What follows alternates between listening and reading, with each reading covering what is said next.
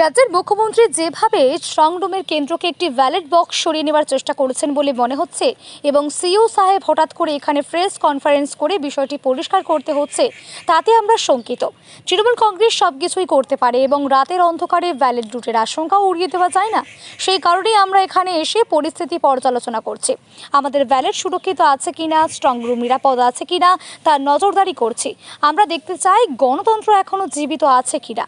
গণতন্ত্রকে বাঁচিয়ে রাখতে হবে, বাক্সবন্দি গণতন্ত্রকে মানুষের সামনে উন্মুক্ত করতে হবে। সেই উদ্দেশ্যেই গণতন্ত্র রক্ষার জন্য আমরা রাত জেগে পাহারা দিচ্ছি।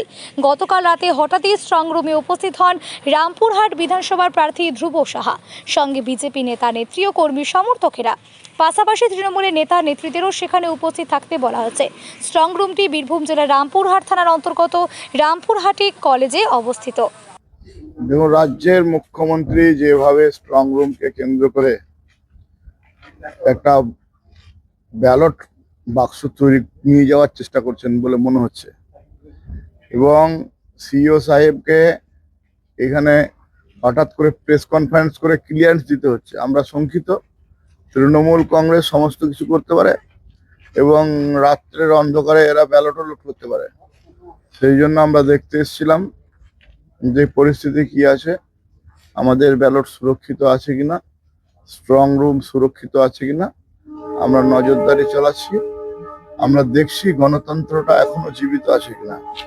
গণতন্ত্রকে বাঁচিয়ে রাখতে হবে, বাক্সবন্দি গণতন্ত্র মানুষের সামনে খুলে আনতে হবে।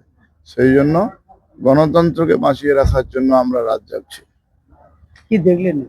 ঠিক আছে, এখনো পর্যন্ত সময় বলবে ঠিক থাকবে কি না থাকবে, কিন্তু এখনো পর্যন্ত ঠিক আছে। আরও সাহেব এসছেন, এসডিপিও সাহেব দেখলাম এসছেন, মানে কেউ তাহলে নিশ্চিন্তে নাই তৃণমূলের রাজত্বে। এই ব্যালট বাক্স সেটাও সুরক্ষিত রাখার জন্য সবাইকে ছুটাছুটি করতে হচ্ছে। আজকে তো 1 তারিখ, আরো 3 দিন বাকি আছে গণনা।